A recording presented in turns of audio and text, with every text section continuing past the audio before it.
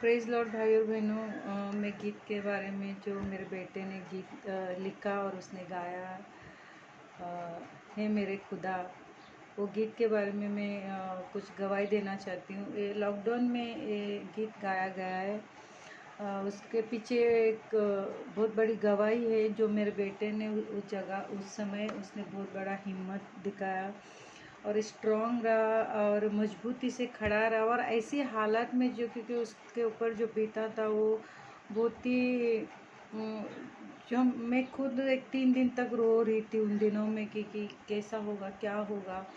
क्योंकि वो जो घटना हुआ था वो बहुत ही दर्दनाक और बहुत ही जो हमने सोचा था उसका पूरा ही अलग हो चुका था। क्योंकि हमने बहुत परेशान थे, हम लोग लॉकडाउन में बहुत ज़्यादा परेशान थे कि समझ में नहीं आ रहा था कि कैसा होगा अभी, क्योंकि हमने जो सोचा था वो पूरा प्लान पूरा जो हमने तैयारी किया था पूरा पूरा ही चेंज हो गया।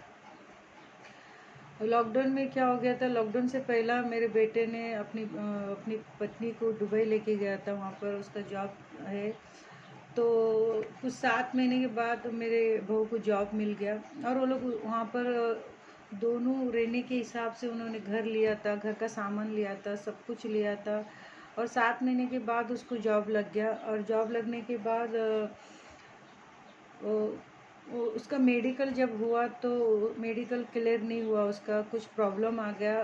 कुछ पहले का कुछ ऐसा यहाँ पर इंडिया में उसका कोई कोई उसका कुछ ये नहीं है। और हाँ, उनका एक रूल है उधर दुबई में, ऐसा रूल है कि अगर अंदर भी कुछ दाग रहते हैं तो वहाँ पर वो लोग, उनका कानून है कि वहाँ पर उनको रखते नहीं वो लोग काम पर। तो जैसा काम लगे 1 हफ्ता हो गया था और मेडिकल का रिपोर्ट आया तो वो लोग 3 दिन में मेरे बहू को रिटर्न भेजने के लिए बोला कि वो आपको रिटर्न जाना होगा इंडिया। तो उस टाइम पर मतलब हम सब इतना परेशान थे, मतलब जैसे पैरों तले ज़मीन खिंच गया हो, कोई खींच लिया हो, ऐसा हो गया था कि हमने पूरा घर में उसने सारा सामान लिया। घर वैसे 2 व्यक्ति को, पति पत्नी को रहने के हिसाब से उसने घर लिया और घर का सारा सामान। और 7 महीने से वो लोग रह रहे थे और जॉब ढूंढा तो 7 महीने के बाद मिला। तो 3 दिन में उसको रिटर्न आना था इंडिया, क्योंकि उनका कानून वहाँ पर रहने के लिए उनको परमिशन नहीं दे रहा था मेरी बहू को। तो मेरे बेटा तो इतना टूट गया था, मैं बता नहीं सकती हूँ कि मैं खुद इधर 3 दिन तक मैं लगातार रो रही थी कि अभी मेरा बेटा फिर से अकेला रहेगा उधर, उसकी पत्नी वापस इंडिया आ जाएगी। और ऐसा हालत था कि मेरी उसको छुट्टी मिलना भी मुश्किल था और मेरी बहू, अभी देखिए उन दोनों के यहाँ पर आना है तो फिर उसको छुट्टी लेना वो भी बहुत मुश्किल था। और रुपेश को वहाँ पर छोड़कर उसको मतलब मेरी बहू मेरे बेटे को वहाँ पर छोड़कर आने की हालत में नहीं था मेरा बेटा, मतलब अपने आप को संभाल नहीं पा रहा था। तो इतने हालातों में वो लोग कुछ करके छुट्टी लेकर मेरा बेटा मेरे बहू को छोड़ने के लिए इंडिया आ गया और यहाँ पर क्वारंटाइन रखा 7 दिन तक मुंबई में। उसके बाद 7 दिन के बाद वो आया मेरे पास यहाँ पर मेरे बहू को लेकर। तो आप सोच रहे कि कैसी हालत रहेगा, क्योंकि उसका पूरा जो था पूरा मतलब तैयारी था जो साथ में रहने का, कई सालों तक वहाँ वहाँ पर रहना चाहते थे वो लोग। तो सब कुछ क्या हो गया, पूरा ये हो गया, समझ में नहीं आ रहा था कि प्रभु वहाँ पर लेके क्यों गया, कैसा ऐसा क्यों हो गया।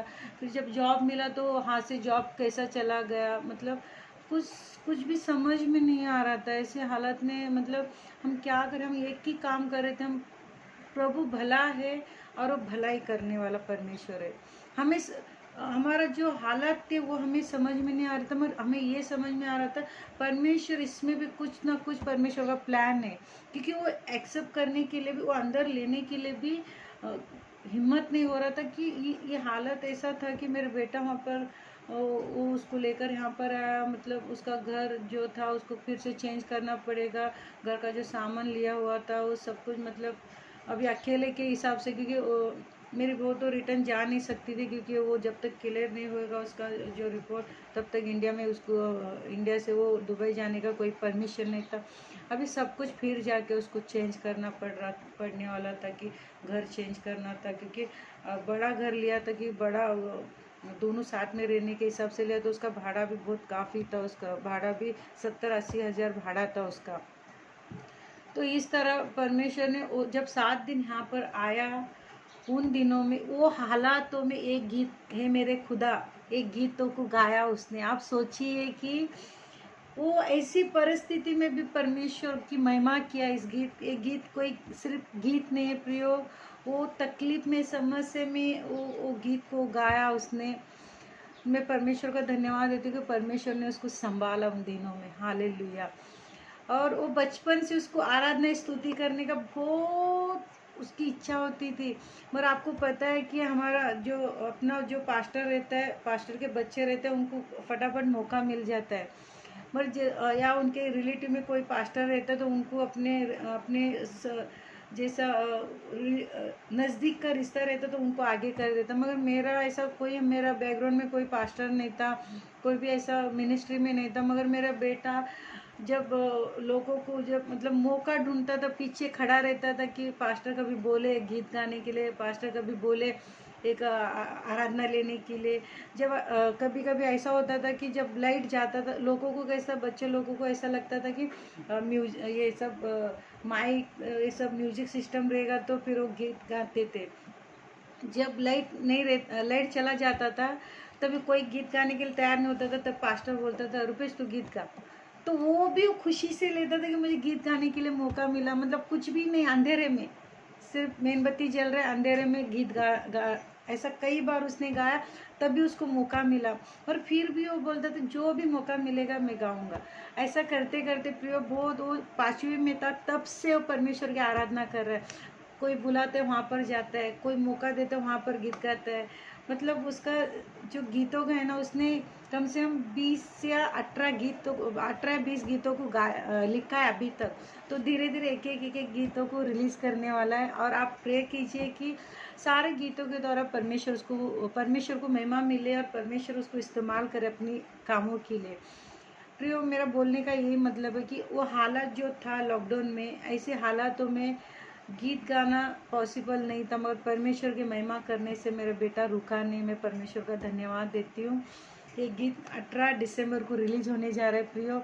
मैं चाहती हूँ कि आप बहुत से इस गानों को सुनिए और आशीष पाइए। और जो उसके दिल से निकला हुआ गीत है, मैं चाहती हूँ कि तुम्हारे दिल तक पहुँचे और आप परमेश्वर की महिमा करें। किसी भी हालत हो, हमें रुकना नहीं चाहिए, हमें आगे बढ़ते रहना चाहिए। जिस तरह रुपेश को मैं देखती हूँ, कई बार मैं देखती हूँ कि उसकी, मैं माँ हूँ, मैं जानती हूँ कि उसका हालत कैसा है, मगर वो दिखाता नहीं। वो तकलीफ भी रहेगा तो ऐसा बोलता है नहीं कुछ नहीं, प्रभु काम करेगा, प्रभु हमारे लिए। मगर इस बार जो हमेशा मुझे तसल्ली देने वाला बच्चा रुपेश गोटे, इस बार खुद भी टूट गया था वो। मगर उन दिनों में परमेश्वर की महिमा किया उसने। हे मेरे खुदा, एक गीत को गाया उसने। और वो 7 दिन जो मेरे पास आया था, दुख में आया था, जो अपनी पत्नी को छोड़ने आया था, उन दिनों में भी उसने 3 दिन इस गीत को तैयार करने के लिए लगाया प्रियो। और उसका इच्छा था कि मैं मेहनत करके मैं अपने पैसों से परमेश्वर की महिमा करूँ और मैं गीतों को गाऊँ। और वो अपनी मेहनत के पैसे से, उसकी इच्छा था, वो परमेश्वर ने पूरा किया। मैं चाहती हूँ जितने भी गीत वो गाए, वो अपनी मेहनत के पैसे से गीतों को गाए और लोगों तक पहुँचाए और लोग आशीषित हो। बहुत सारे लोग छुटकारा पाए इस गीत के द्वारा, क्योंकि जब वो प्रार्थना में बैठता है ना, परमेश्वर उसको गीत देता है, वो गीत लिखते जाता है। और वो गीत के लिए पैसा भी जमा करने लगता है कि प्रभु मुझे पैसा दे ताकि मैं गीत को गा सकूं। तो 1-2 गीतों को परमेश्वर ने सहायता की और मैं विश्वास करती हूँ आने वाले गीतों में भी परमेश्वर उसे इस्तेमाल करेगा। हालेलुया। परमेश्वर इस वीडियो के द्वारा परमेश्वर आपको आशीष दे प्रियो। हमारी हालत कुछ भी हो, हमें डट कर रहना है और परमेश्वर की आराधना करना नहीं छोड़ना। हमें किसी भी हालत में हमें परमेश्वर की आराधना करना नहीं छोड़ना है, निरंतर परमेश्वर की महिमा करना है। और आने वाले दिनों में मैं बहुत सारी गवाही देने वाली हूँ।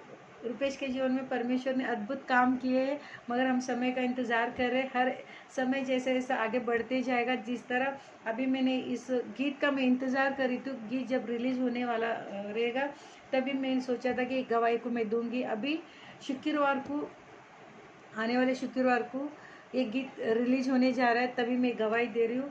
और जो बातें जो और भी बहुत सारे परमेश्वर ने कार्य किया, उसका भी मैं गवाही दूंगी समय आने पर। बहुत सारी गवाही परमेश्वर मेरे जीवन में भी रखा है, मैं समय का इंतज़ार कर रही हूँ। जैसा जैसा समय आएगा उसका मैं वैसे गवाही देते जाऊंगी और परमेश्वर की महिमा। क्योंकि लॉकडाउन में बहुत सारे आंधी आई हमारे जीवन में, तूफान है, हम खामोश थे परमेश्वर के चरणों में और आराधना कर रहे थे और स्तुति कर रहे थे और परमेश्वर को लिपटे थे। और परमेश्वर ने लॉकडाउन में भी बाहर उन सारी परिस्थिति से बाहर निकाल कर हम हिम्मत नहीं हारे, हम पीछे नहीं हटे, हम प्रार्थना नहीं रोका, हम बाइबल पढ़ना नहीं रोके, हम परमेश्वर से प्यार को हम कम नहीं किया। क्योंकि हम जानते हैं परमेश्वर बहुत महान है। जो भी आंधी आ रहे वो परमेश्वर उसमें से कुछ भलाई को हमारे लिए उत्पन्न करेगा। हालेलुया।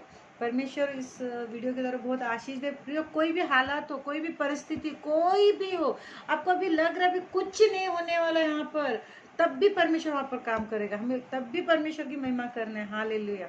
परमेश्वर इस वीडियो के द्वारा बहुत आशीष दे और बरकत दे, उन्नति दे और कामयाबी दे, यीशु मसीह के नाम से। Hallelujah. Praise the Lord. God bless all.